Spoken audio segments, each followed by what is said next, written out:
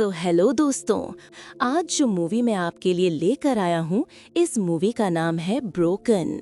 ये मूवी 2006 में रिलीज हुई थी। इस मूवी की पूरी स्टोरी एक रियल लाइफ स्टोरी से उठाई गई है, तो इस वीडियो को पूरा जरूर देखना और चैनल को सब्सक्राइब कर दो और उसके बगल में घंटी का आइकन दबाएं। तो चलिए वीडियो को शुरू करते हैं। दोस्तों, मूवी की शुरुआत होती है जेकब की लिखी हुई लाइन से, और उस लाइन में ऐसा लिखा हुआ आता है कि एक गुलाम लड़की हमेशा डर के माहौल में जिंदा रहती है। फिर मूवी में भी ये बताया जाता है कि इस मूवी की पूरी स्टोरी रियल लाइफ के ऊपर बेस्ड है। मूवी का पहला सीन शुरू होता है कैरन नाम की एक लड़की से, जिसे एक वुडन बॉक्स में लॉक करके रखा गया था। कैरन को बहुत सी चोट आई थी और वो बॉक्स से बाहर निकलने की बहुत कोशिश करती है, लेकिन वो वहाँ से नहीं निकल पाती है। फिर कई कोशिश करने के बाद में कैरन जंगल से बाहर निकलने का रास्ता ढूंढती है, लेकिन उसे बाहर निकलने का रास्ता नहीं मिलता है। तभी एक किलर उसके पास में आकर गन से उसके सर पर वार करके उसे बेहोश कर देता है, और उसके बाद में किलर कैरन की बॉडी को घसीटकर एक दूसरी जगह पर ले जाता है। फिर कुछ देर के बाद में कैरन की जब आंखें खुलती हैं तो वो एक फांसी के ट्रैप में फंसी हुई थी। उसके पेट पर कई सारे टांके लगे हुए थे और कैरन को उन टांकों को खोलकर पेट के अंदर से एक ब्लेड निकालकर अपनी फांसी के फंदे को खोलना होगा, तभी कैरन वहां से आजाद हो सकती थी। और ये उस किलर का एक ट्रैप था। फिर बहुत कोशिश करने के बाद कैरन अपने पेट के टांके को खोलकर उसमें से ब्लेड को निकालती है और वो अपनी फांसी के फंदे को काटती है। फांसी के फंदे को काटते ही कैरन उस ट्रैप से जमीन पर गिर जाती है, लेकिन पेट के टांके को खुलने की वजह से उसके पेट की सारी आंतें बाहर आ गई थीं, जिससे कि उसे बहुत ही दर्द होता है।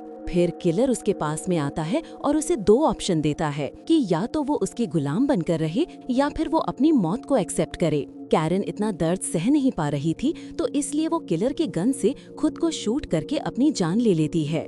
सीन कट होता है और अब कहानी शुरू होती है 2 हफ्तों के बाद से, जहां पर होप नाम की एक लेडी को देखते हैं। होप की एक 6 साल की छोटी सी बेटी थी जिसका नाम जेनिफर था, और होप बहुत सालों से सिंगल मदर थी, लेकिन अब वो एक रिलेशनशिप में आना चाहती थी ताकि उसकी बेटी को भी एक फादर मिले। तो इसीलिए वो रोम नाम के एक लड़के से मिलने के लिए एक रेस्टोरेंट में जाती है। दोनों के बीच में बहुत सारी बातें होती हैं और दोनों अपनी अपनी फैमिली और अपनी लाइफ के बारे में एक दूसरे से बातें शेयर करते हैं। इन शॉर्ट, दोनों की डेट बहुत ही अच्छी जा रही थी।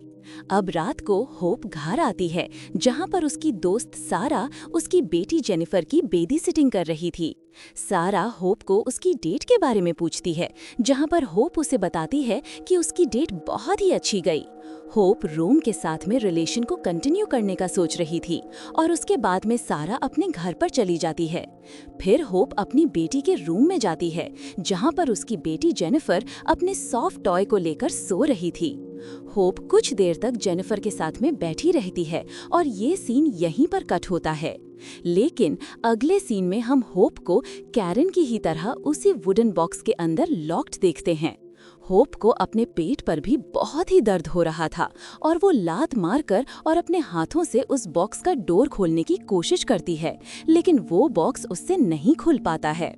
ऐसे ही 2 दिन बीतते हैं और 2 दिन के बाद में वो किलर उस बॉक्स को गड्ढे से बाहर निकालता है और वो किलर उस बॉक्स का डोर खोलकर वहां से चला जाता है।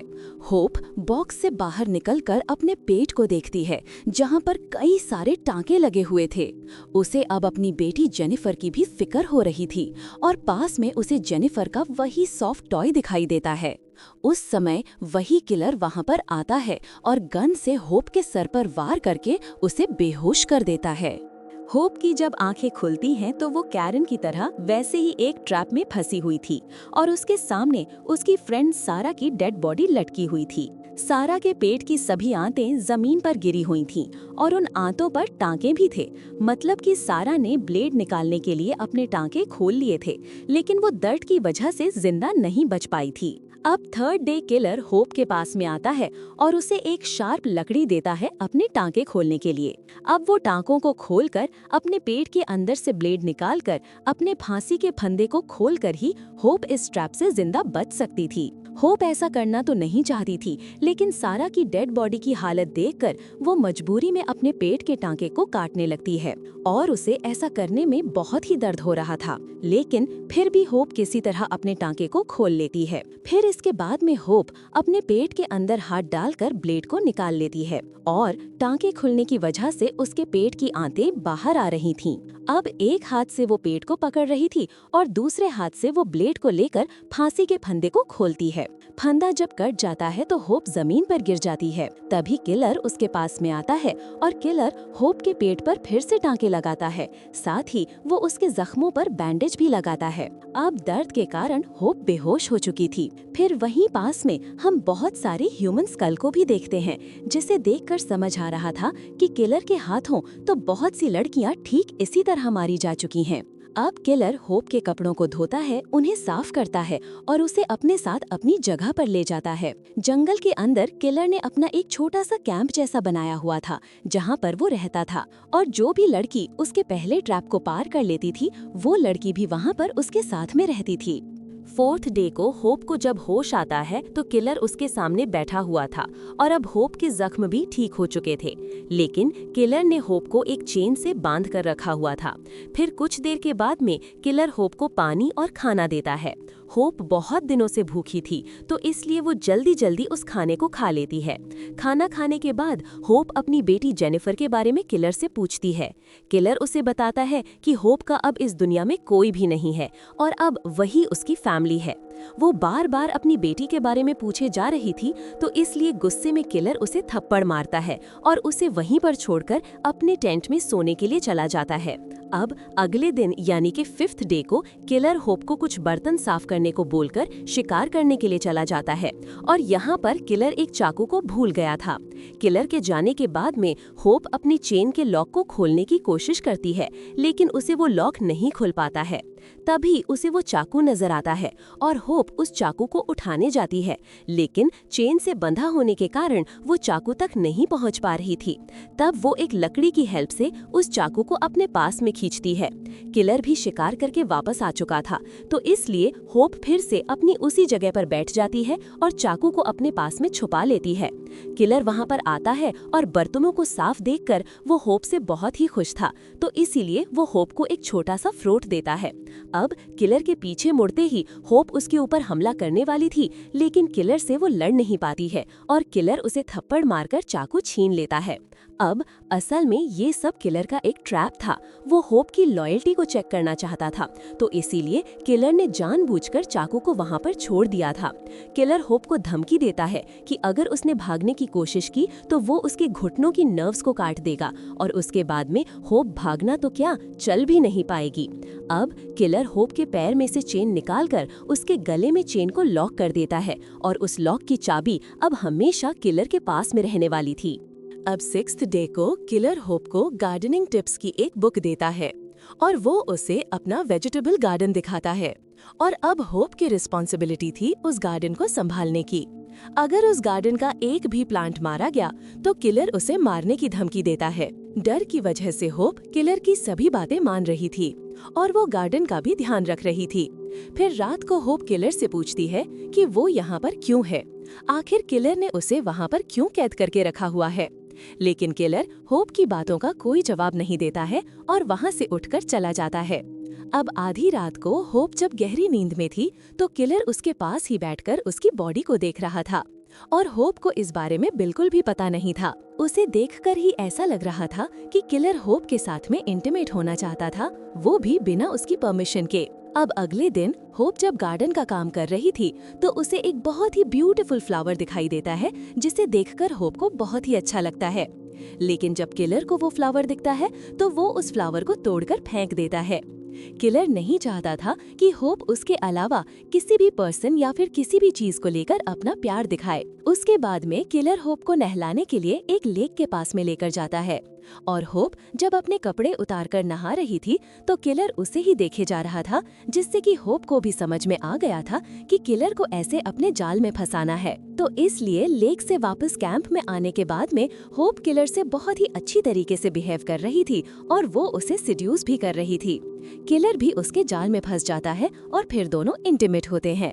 अब अगली सुबह किलर जब सो रहा था तो होप अपनी लॉक की चाबी को ढूंढ रही थी और किलर की जागने से पहले ही होप को चाबी मिल जाती है और वो अपना लॉक खोल देती है और चाकू लेकर किलर को मारने का सोचती है, नहीं तो किलर उसका पीछा करता रहेगा। पर वो किलर को मार नहीं पाती है और ये उसकी सबसे बड़ी गलती थी। लेकिन फिर भी किलर उसका पीछा न करे तो इसीलिए वो किलर के घुटनों के पीछे कट लगा देती है और वहां से भागने लगती है। अब भागते भागते होप एक वुडन बॉक्स तक आ गई थी। उसे ऐसा लगा था कि वहां पर उसकी बेटी जेनिफर बंदी होगी, लेकिन वो बॉक्स खाली था। पर उसे वहां पर जेनिफर के थोड़े से बाल और स्वेटर मिलती है। जेनिफर की सभी चीजें देखकर वो रोए जा रही थी कि तभी वहां पर किलर आ जाता है। किलर एक लकड़ी से होप के सर पर वार करता है और फिर उसके पैर को बहुत ही ब्रूटल तरीके से तोड़ देता है, जिससे कि उसके पैर की हड्डी बाहर आ गई थी। अब किलर का तो पता नहीं, लेकिन होप किलर से बचकर भागने की हालत में बिल्कुल भी नहीं थी और दर्द की वजह से वो बहुत ही ज्यादा तड़प रही थी। फिर उसके बाद किलर होप को घसीटकर अपने कैंप में लेकर आता है और वहां पर उसे चेन से लॉक कर देता है और अब किलर होप की कोई भी देखभाल नहीं कर रहा था। अब वो उसे दर्द में तड़पने देता है। दर्द की वजह से होप को पैनिक अटैक भी आ रहे थे, लेकिन किलर अपने जख्मों पर टांके लगाने में बिजी था। वो उस पर बिल्कुल भी ध्यान नहीं देता है। अब ऐसे ही 9 दिन बीत जाते हैं। किलर अपने शिकार पर जाने के लिए रेडी होता है। होप दर्द को सह नहीं पा रही थी, तो इसलिए वो किलर को बोलती है कि वो उसे मार डाले, लेकिन किलर उसे नहीं मारता है। वो होप को और तड़पता हुआ देखना चाहता था। किलर के जाने के बाद में होप अपनी बेटी को याद करती है और उसे रियलाइज होता है कि जेनिफर को बचाने के लिए उसे जीना पड़ेगा। तो इसलिए वो हिम्मत करके पहले तो अपने टूटे हुए पैर की हड्डी को सीधा करती है और उसके बाद में वहां पर एक लकड़ी को बिल्कुल प्लास्टर की तरह बांध लेती है। अब इन सब काम में उसे बहुत दर्द हो रहा था, लेकिन वो अपनी बेटी को याद करके सारे दर्द को सह रही थी। उस दिन किलर वापस नहीं आता है, तो इसलिए होप आग जलाकर और कुछ फ्लावर को खाकर वो दिन गुजारती है। अब अगले दिन जब होप की आंखें खुलती हैं तो किलर उसके पास में था, जो उसके पैर को देख रहा था। साथ ही वो ये देखती है कि किलर मिया नाम की एक नई लड़की को लेकर आया है, जो कि एक स्कूल की टीनेजर गर्ल थी। मिया ने भी पहले ट्रैप को सरवाइव कर लिया था और अब किलर उसको अपना गुलाम बनाने के लिए उसके जख्मों पर बैंडेज लगाता है और अब वो मिया के साथ में भी वही सब करेगा जो कि वो होप के साथ में करता आ रहा है। यहाँ पर होप किलर से बहुत ही ज्यादा गुस्सा थी। उसे ऐसा लगता है कि किलर ने उसकी बेटी को बहुत ही ब्रूटल तरीके से मार दिया है, तो इसलिए वो किलर को चैलेंज करती है कि किलर जो कुछ भी करे वो उससे बिल्कुल भी नहीं डरेगी। अब ऐसे ही 16 दिन बीत जाते हैं। मिया खुद को इन हालत में पाकर चिल्ला रही थी और किलर उसकी आवाज से इरिटेट हो रहा था, तो इसलिए वो मिया को मारने की कोशिश करता है। लेकिन होप किलर को प्रॉमिस करती है कि वो मिया को सब कुछ समझा देगी और सिखा भी देगी, तो इसलिए किलर उसे नहीं मारता। किलर भी होप की बातें मानकर मिया को तब जान से नहीं मारता है। फिर उसके जाने के बाद में होप मिया को समझाती है कि वो उसकी हेल्प करेगी, लेकिन मिया को ऐसे चिल्लाना बंद करना होगा, तभी वो उसकी हेल्प कर पाएगी। कुछ देर के लिए मिया चुप हो जाती है, लेकिन वो फिर से डर के मारे चिल्लाने लगती है और अब वो चुप भी नहीं हो रही थी। वो दिन रात नॉन स्टॉप बस चिल्लाई जा रही थी। अगले दिन गुस्से में होप उसे चुप रहने को कहती है, लेकिन मिया चुप नहीं होती है, तो इसलिए गुस्से में आकर किलर उसके मुंह में चाकू डालकर उसकी जुबान को काट लेता है। फिर किलर मिया की जुबान को आग में डाल देता है, लेकिन वो मिया की कोई केयर नहीं करता है, बल्कि वो उल्टा उससे बर्तन साफ करने को कहता है। और ये सब देखकर होप अब बहुत ही ज्यादा डर चुकी थी। होप को किलर के साथ में अब 20 दिन हो चुके थे और उस दिन जब होप गार्डन में काम कर रही थी तो उसे वहां पर एक सुंदर सा फूल दिखाई देता है। किलर उस फूल को तोड़ने वाला था, लेकिन होप किलर को ऐसा करने नहीं देती है और इस बार किलर भी ऐसा नहीं करता है। अब धीरे धीरे किलर मिया से ज्यादा होप का ख्याल रखने लगा था और खाना भी वो होप को ही ज्यादा खिलाता था। फिर किलर मिया की भी लॉयल्टी चेक करने के लिए चाकू को ठीक उसी तरीके से उसके सामने रखता है और खुद को बचाने के लिए मिया उस चाकू को उठाने वाली थी, लेकिन होप को तो पहले से ही पता था कि ये सब किलर की बस एक चाल है, तो इसलिए होप मिया को चाकू उठाने से मना करती है। लेकिन फिर भी मिया चाकू तक पहुंचने की कोशिश कर रही थी, लेकिन किलर को वापस आता देखकर मिया चाकू से दूर बैठ जाती है। चाकू को उसी जगह पर देखकर किलर को ऐसा लगता है कि होप मिया को अच्छे से गुलाम बनने की ट्रेनिंग दे रही है, तो इसलिए किलर होप से बहुत ही ज्यादा खुश था। फिर रात को हम देखते हैं कि मिया अपने सॉक्स में स्टोन को भर रही थी और होप के मना करने पर भी मिया नहीं रुकती है। किलर को चकमा देने के लिए मिया ने एक हथियार बनाया था। फिर किलर का ध्यान जब मिया से हटता है तो मिया उसी हथियार से किलर के सर पर वार करती है, जिससे कि किलर थोड़ी देर के लिए बेहोश हो जाता है। फिर मिया किलर की जेब से चाबी निकालकर अपने लॉक को खोलती है और जाने से पहले वो चाबी होप को देकर जाती है, ताकि होप भी वहाँ से जिंदा बचकर निकल सके। किलर जब होश में आता है तो गन को लेकर मिया का पीछा करता है और जल्दी वो मिया को ढूंढकर उसे शूट कर देता है, लेकिन मिया तब भी नहीं मरती है, तो इसलिए किलर उसके पास में जाकर उसे बहुत ही ब्रूटल तरीके से मार डालता है। अभी इस तरफ होप भी अपने लॉक को खोलकर वहां से भागती है, लेकिन उसे समझ में आ गया था कि किलर के जिंदा रहने तक वो वहां से नहीं भाग सकेगी, तो इसीलिए वो वापस कैंप आती है किलर को मारने के लिए। गोली की आवाज से वो जान गई थी कि मिया मर चुकी है और होप किलर के टेंट में अंदर जाती है, जहां पर उसे अपनी बेटी का सॉफ्ट टॉय मिलता है। वो सॉफ्ट टॉय को और एक रॉड को अपने साथ में लेकर किलर को मारने के लिए बाहर निकलती है। तब तक किलर भी वहां पर आ चुका था, जो कि मिया के खून से लथपथ था, जिसे देखकर होप और भी ज्यादा गुस्सा होती है और गुस्से में होप किलर को उसी रॉड से पीट पीट कर तुरंत ही मार डालती है। किलर भी उससे नहीं लड़ पाता है, लेकिन मरने से पहले किलर होप से कहता है कि उसके मरने के बाद भी होप सेफ नहीं है, पर होप इस बात पर ध्यान नहीं देती है। फिर किलर को मारकर होप अपनी बेटी का सॉफ्ट टॉय लेकर जंगल से निकलने का रास्ता ढूंढने लगती है। कुछ दूर जाने के बाद में होप को एक छोटा सा कैबिन दिखाई देता है। उस कैबिन के अंदर देखने पर होप को अपनी बेटी जेनिफर दिखाई देती है, जो कि बहुत ही डरी हुई थी। अपनी बेटी को जिंदा देखकर होप बहुत ही ज्यादा खुश होती है। फिर जेनिफर को कैबिन से बाहर निकालने के लिए होप दरवाजे को तोड़ने लगती है, लेकिन उसे ये नहीं पता था कि किलर ने दरवाजे में एक ट्रैप फिट करके रखा हुआ है।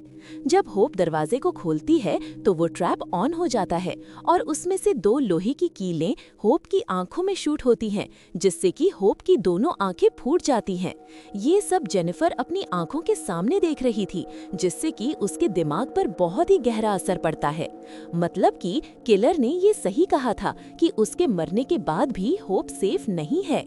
यहाँ पर अब होप की आंखें फूट चुकी थीं और जेनिफर भी छोटी थी, तो इसका मतलब ये था कि अब वे दोनों कभी भी इस जंगल से नहीं निकल पाएंगे। और इसी के साथ में ये मूवी यहाँ पर एंड हो जाती है। तो दोस्तों, ये मूवी एक साइको किलर के बारे में है, जो कि लड़कियों को किडनैप करके जंगल में लाकर उन्हें अपने ट्रैप में फंसाता है। जो उसके ट्रैप से बच जाती हैं, वो उन लड़कियों को अपना गुलाम बनाकर रखता है।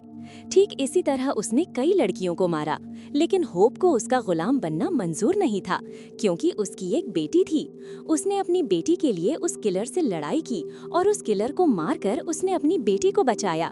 लेकिन होप ने गलती कर दी। उसने किलर की बातों पर ध्यान नहीं दिया और उसने अपनी दोनों आंखें खो दी, और इस तरह अब दोनों कभी भी इस जंगल से बचकर नहीं निकल पाएंगे। तो दोस्तों, मैं उम्मीद करता हूँ कि आपको वीडियो पसंद आया होगा। आपको वीडियो पसंद आया तो वीडियो को लाइक, कमेंट और शेयर जरूर करना। मैं आपसे मिलूंगा अगले वीडियो में।